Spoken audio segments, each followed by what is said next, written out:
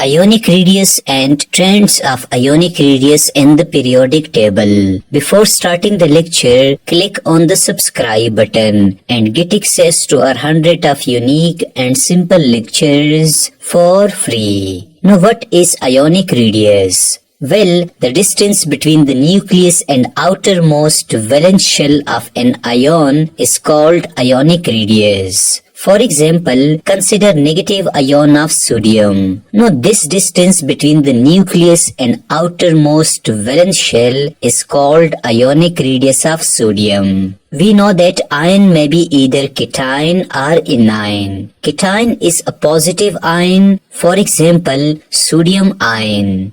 Anion is a negative ion, for example, chlorine ion. Remember that metals form positive ion and non-metals form negative ion. Now let me teach you the concept of radius of cations or positive ions. For example, consider a neutral atom of sodium. We know that in neutral atom of sodium, there are 11 protons and 11 electrons. Remember that there is always tug-of-war between protons and electrons. For example, this man is Mr. Proton and this man is Mr. Electron. Proton always pull the electrons towards the nucleus or in inward direction, while the electrons try to move away in outward direction. Now in neutral sodium atom, there are 11 protons and 11 electrons. So they cancel the effect of each other and electrons revolve at a suitable position around the nucleus.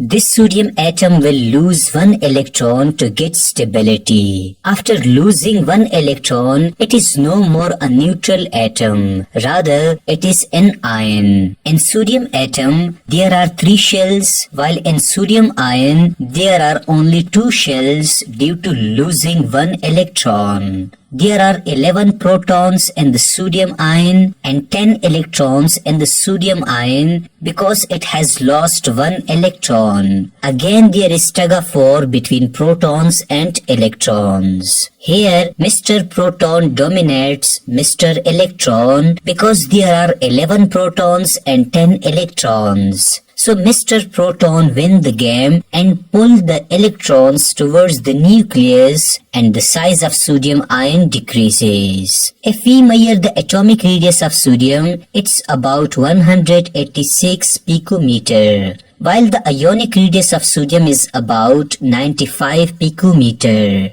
Thus we learn this fact that atomic radius is always bigger than radius of its cation. For example, the atomic radius of sodium is 186 picometer and the atomic radius of sodium ion is about 95 picometer. Here is a bonus conceptual question. Why the size of cation is always smaller than its parent atom? I hope you know the answer. It is because the removal of one or more electrons from a neutral atom causes the loss of shell. Secondly, proton numbers dominate the number of electrons and the greater nuclear attraction pull the electrons towards the nucleus. Now let me teach you the concept of radius of anions or radius of negative ions. For example, consider fluorine atom. We know that in neutral atom of fluorine, there are 9 protons and 9 electrons. We have learned in the previous slide that there is always tug-of-war between protons and electrons. For example, this is Mr. Proton and this is Mr. Electron. Protons pull the electrons in inward direction and electrons tend to move in outward direction.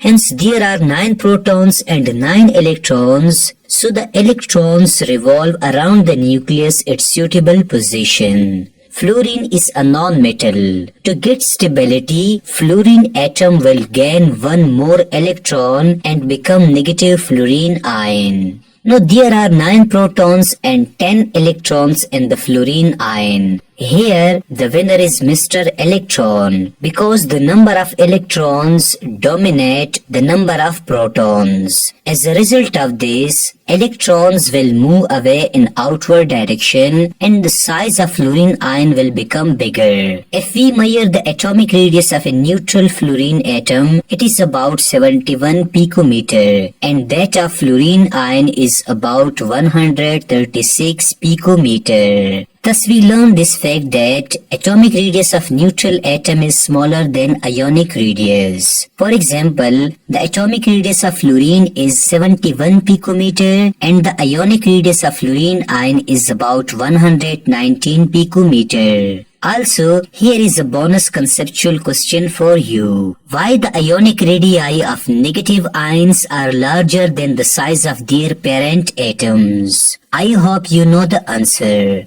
It is because one electron or more electrons are added to a neutral atom. As a result of this electronic addition, the number of electrons dominate the number of protons, and the electrons and the shells are pushed away in outward direction. Thus, the ionic radius of negative ion is larger than the size of their parent atom. Finally, let me teach you the periodic trend of ionic radius and the periodic table, like ionic radii down the groups, or why ionic radii increases from top to bottom. Well, consider the ionic radii of first group elements like lithium ion, sodium ion, and potassium ion. The ionic radius of lithium ion is 60 picometer, the ionic radius of sodium ion is 95 picometer, and the ionic radius of potassium ion is 133 picometer. We can see that if you go down the group, ionic radii increases. It is because down the group, atomic number increases. Secondly, down the group, number of shells also increases, due to which shielding effect increases and it becomes difficult for the nucleus to pull the electrons with greater force. Thus note it down that atomic radii increases down the group. Lastly, periodic trend of ionic radii across the period, or why atomic radii decreases from left to right in the periodic table. For example, consider elements of third period like sodium ion, magnesium ion, aluminium ion, phosphorus ion, sulfur ion, and chlorine ion. The ionic radius of sodium is 95 picometer. The ionic radius of magnesium is 65 picometer. The ionic radius of aluminium is 15 picometer. The ionic radius of phosphorus is 195 picometer. The ionic radius of sulfur is 184 picometer. And the ionic radius of chlorine is 181 picometer. These three ions are cations or positive ions, while these three ions are anions or negative ions. As we can see that from left to right, ionic radii of cations decreases, and then again the ionic radii of anions also decreases from left to right. Thus we say that ionic radii decreases across the period or from left to right in the periodic table. It is because the atomic number increases. Secondly, the number of shells remain constant. For instance, these all elements are present in the third period, so they all have 3 shells. Therefore, note it down that atomic radii decreases across the period. I hope that you have learned all about ionic radius and trends of ionic radii in the periodic table.